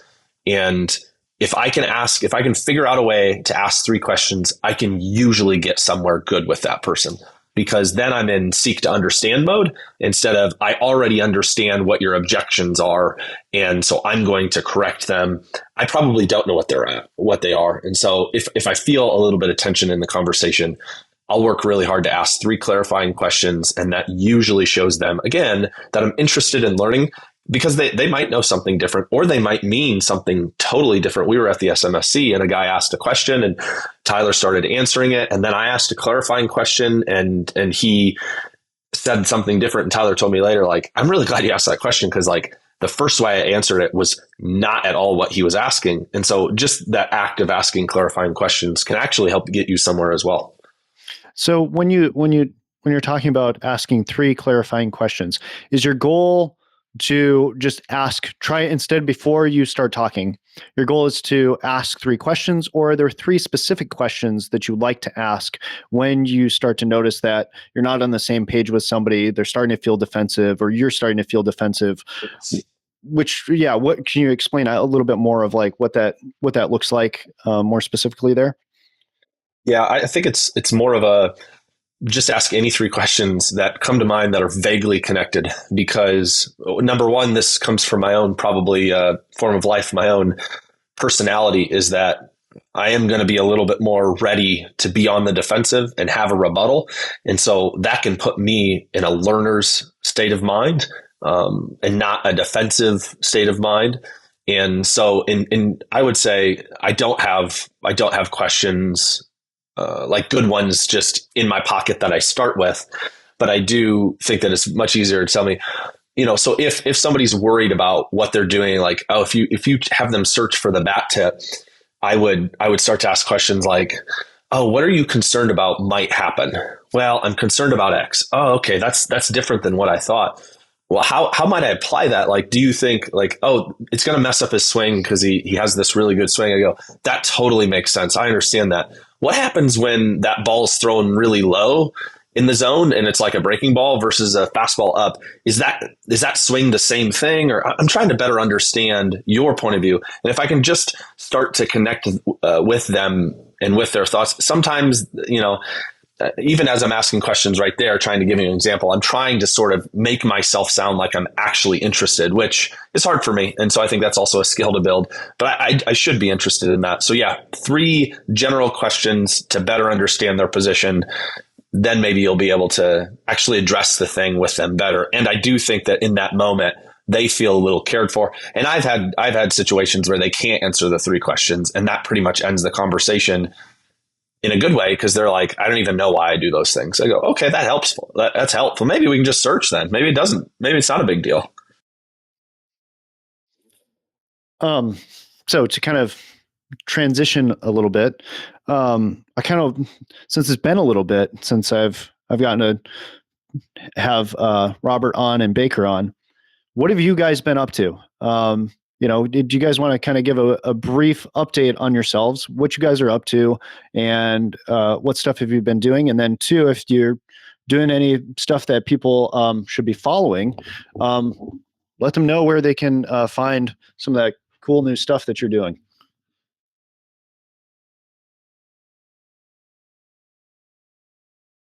I'll talk on my end. So the big thing I've been doing is, now that I'm in a bigger space now, basically the front runner of D2 baseball. So think of, D1 baseball, but at the Division II level.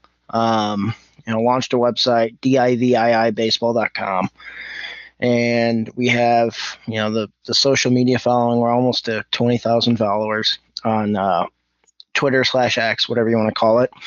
But that's kind of like the big thing I've been working on is, continue to promote Division II baseball, because, it deserves the coverage and the love that, other divisions of college baseball may or may not get. But the big thing on my end is D2 baseball. And then too, Robert, you have there's a podcast too that you're doing along with that, right? Yep, everything's on that website. Once you get on the landing page, you can see the podcast, and a bunch of other goodies. We're working on a lot of stuff before the season starts. I mean, January 31st is 2 months away, but it's coming pretty quick. Awesome. Baker, how about you? You got any updates? You've been up to? I can't remember the last time you were on. You had just probably taken the Mets position or working in the Mets organization. What's been going on with you? What's new on your end? Yeah, I was gonna say, like, when I was trying to think of the last update I might have given here, but yeah, it's going to year 3 at the Mets, moving into a skill acquisition specialist role. So I guess I kind of alluded to it, and without kind of saying that within this session again, but first ever, as far as my knowledge, skill acquisition specialist with the New York Mets. So really excited to kind of see where that kind of takes us. But again, like the goal is still the same. It's just try to impact as many players in a positive direction as I possibly can, and just again taking some of the stuff we're talking about here and trying to apply it and trying to help our players, put them in better learning environments to hopefully create more skillful action on the field, and definitely beat the Braves as often as possible. Sorry, Kyle. But yeah, so just moving into that role, also still be retaining a little bit of my role as the complex pitching coach. I'll be helping on that side. So it's kind of like a dual title role. But other than that, I mean, there's not much I'm posting nowadays. I mean, you can certainly still follow my Coach G Baker's account if you want to see what I had done previously. I'll occasionally post some things about updates that are from our player development system, but I mean, it's not too much what we're doing in practice. But yeah, I'm kind of dry on that front, but I mean, maybe I'll pick it up and start throwing some thoughts out there. So you never know. So might be worth a follow, might not. I'm not sure. Well, I mean, I think it's important to highlight your new role. There's not, to my knowledge, there's not a skill acquisition person like yourself or a title like that. I know that's something that Sean and Tyler have written about or talked a lot about. I know Sean specifically. And so that's really cool that you're doing that role. So I wanted to kind of highlight that for people out there to kind of hear kind of that new update for yourself.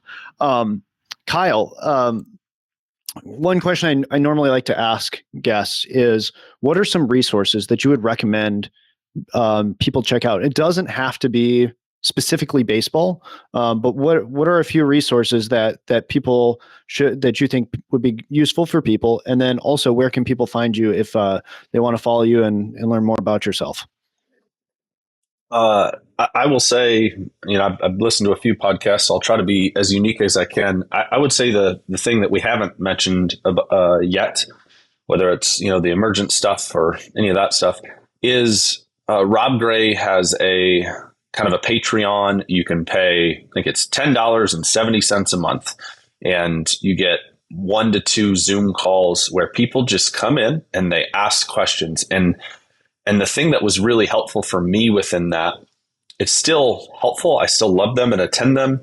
But really early on, when this was all super brand new, to sit in a room with a Brazilian jiu-jitsu guy and another one who's focused on grappling and another guy who's coaching billiards and then a soccer coach and a fencing coach, like, to sit in a room with a bunch of people, talk about these ideas, it helped make connections that I didn't think would initially be there.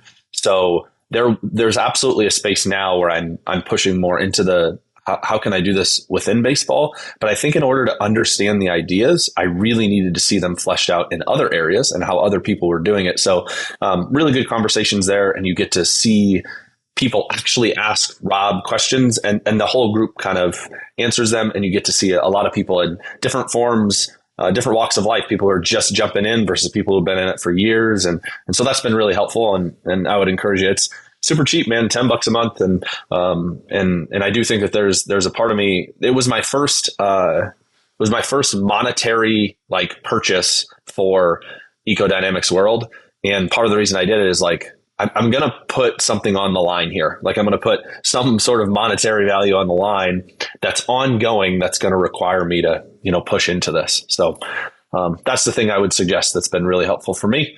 If you want to follow me, I'm on Twitter, and I'm attempting to post a little bit. I think that is probably important for maybe the recruiting world. I'm not really sure, but I also think it's just important to get ideas out and to see each other's own how we're able to adapt our own coaching and change different things that we're doing.